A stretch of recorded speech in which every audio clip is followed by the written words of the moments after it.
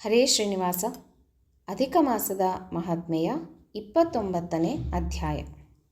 ಕರ್ದಯ್ಯನು ದಿವ್ಯ ಶರೀರ ಹೊಂದಿ ಆಶ್ಚರ್ಯಚಕಿತನಾಗಿ ನಿಂತಿರುವುದನ್ನು ನೋಡಿ ಆ ಹರಿಭಟರು, ಸ್ವಾಮಿ, ವಿಳಂಬ ಮಾಡಬೇಡ, ತಮಗಾಗಿ ಗೋಲೋಕದಲ್ಲಿ ಭಗವಾನ್ ಪುರುಷೋತ್ತಮನ ಬಳಿ ವಿಶೇಷ ಸ್ಥಾನ ದೊರಕಿದೆ ಎಂದರು. ಆಗ ಕರ್ದಯ್ಯನು ತಾನು ಅಷ್ಟು ಘೋರ ಪಾಪ ಮಾಡಿದ್ದರೂ ತನಗೆ ಇಂತಹ ಸುಂದರ ಹಾಗೂ ದಿವ್ಯ ಶರೀರ ದೊರಕಿರುವ ಕಾರಣವೇನಿರಬಹುದು? ಅಂತಹ ಮಹಾನ್ ಪುಣ್ಯದ ಕಾರ್ಯವನ್ನು ನಾನೇನು ಮಾಡಿರುವೆ ಎಂದು ಆ ಹರಿಭಟರನ್ನು ಪ್ರಶ್ನಿಸಿದನು.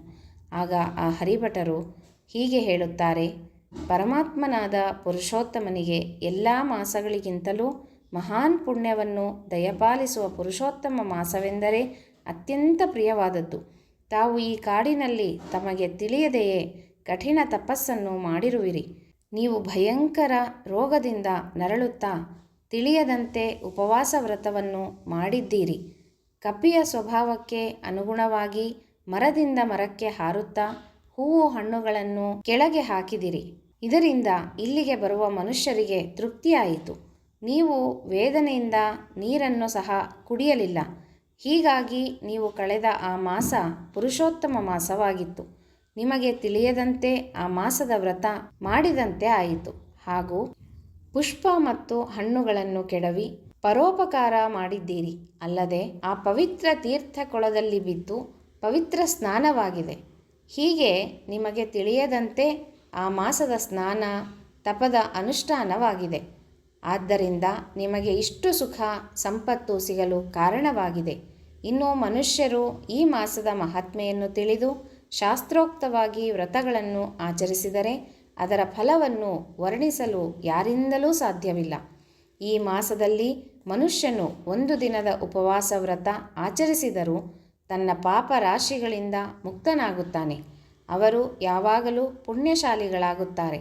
ಆ ಮಾಸದಲ್ಲಿ ಮನುಷ್ಯರು ದಾನ, ಪಿತೃಕಾರ್ಯ, ತಪ, ವ್ರತಾದಿಗಳನ್ನು ಮಾಡಿದರೆ ಬೇರೆ ಮಾಸಗಳಿಗಿಂತಲೂ ಹೆಚ್ಚಿನ ಪುಣ್ಯಫಲ ಪಡೆಯುತ್ತಾರೆ. ಇದನ್ನೆಲ್ಲ ಕೇಳಿ ಕರ್ದಯ್ಯನು ವಿಮಾನದಲ್ಲಿ ಕುಳಿತು ಗೋಲೋಕಕ್ಕೆ ಹೋದನು. ಈ ಪುರುಷೋತ್ತಮ ಮಾಸದಲ್ಲಿ ಗೃಹಸ್ಥರು ಇನ್ಯಾವ ಕಾರ್ಯಗಳನ್ನು ಮಾಡಬೇಕು? ದಯಮಾಡಿ ತಿಳಿಸಿರಿ ಎಂದು ನಾರದರು ನಾರಾಯಣನನ್ನು ಕೇಳಿದರು. ಆಗ ನಾರಾಯಣನು ಮುಂದುವರಿಸುತ್ತಾರೆ: ಬೆಳಗಿನ ಕಾರ್ಯಗಳನ್ನು ಮುಗಿಸಿದ ಮೇಲೆ ಮಧ್ಯಾಹ್ನ ಕಾಲದ ಸಂಧ್ಯಾವಂದನೆ ಮಾಡಬೇಕು. ನಂತರ ಪಿತೃಗಳಿಗೆ ತರ್ಪಣವನ್ನು ಕೊಡಬೇಕು. ಭೂತ ಬಲಿಯಾದ ನಂತರ ಆಚಮನವನ್ನು ಮಾಡಬೇಕು. ನಂತರ ಅತಿಥಿಗಳ ಸತ್ಕಾರವನ್ನು ಮಾಡಬೇಕು. ಆಮೇಲೆ ತಾನು ಮೌನವಾಗಿ ಪ್ರಸನ್ನಚಿತ್ತವಾಗಿ ಊಟ ಮಾಡಬೇಕು. ಪುನಃ ಸ್ವಲ್ಪ ಹೊತ್ತಾದರೂ ಧ್ಯಾನಾತ್ಮ ವಿದ್ಯೆಯ ಶ್ರವಣ ಕಥನ ಮಾಡಬೇಕು. ಸೂರ್ಯಾಸ್ತದ ಕಾಲದಲ್ಲಿ ಸಾಯಂಕಾಲದ ಸಂಧ್ಯಾವಂದನೆ ಮಾಡಬೇಕು. ಇಲ್ಲದಿದ್ದರೆ ಗೋಹತ್ಯೆ ಪಾಪಕ್ಕೆ ಗುರಿಯಾಗುತ್ತಾನೆ.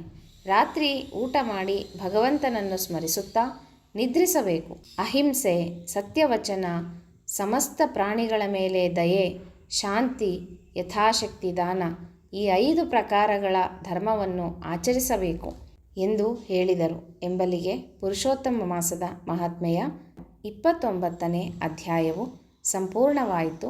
ಶ್ರೀಕೃಷ್ಣಾರ್ಪಣಮಸ್ತು.